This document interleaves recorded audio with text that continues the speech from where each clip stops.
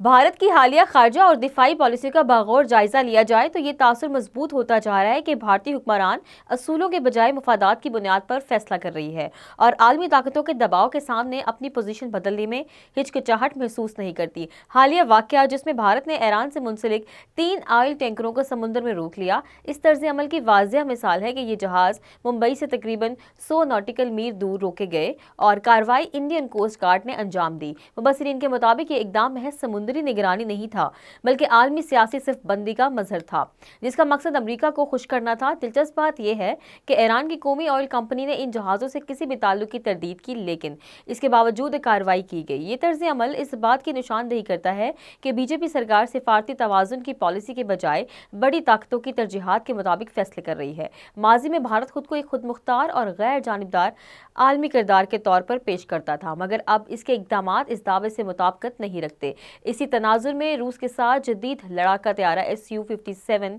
भी काबिल गौर है। इतलात के मुताबिक डोनाल्ड ट्रंप की जानिब से मुमकिना तिजारती दबाव और टैरिफ पॉलिसियों के खदशे ने नई दिल्ली को मोहतात बना दिया है, जिसके बायस रूस के साथ दिफाई ताउन सुस्त रवि का शिकार है, जिससे ये साफ तौर पर जाहिर होता है कि भारत अपनी स्ट्रेटेजिक खुद मुख्तारी के दावे के बावजूद अमली तौर पर दबाव का शिकार है। ये अमर भी काबिल जिक्र है कि मसला सिर्फ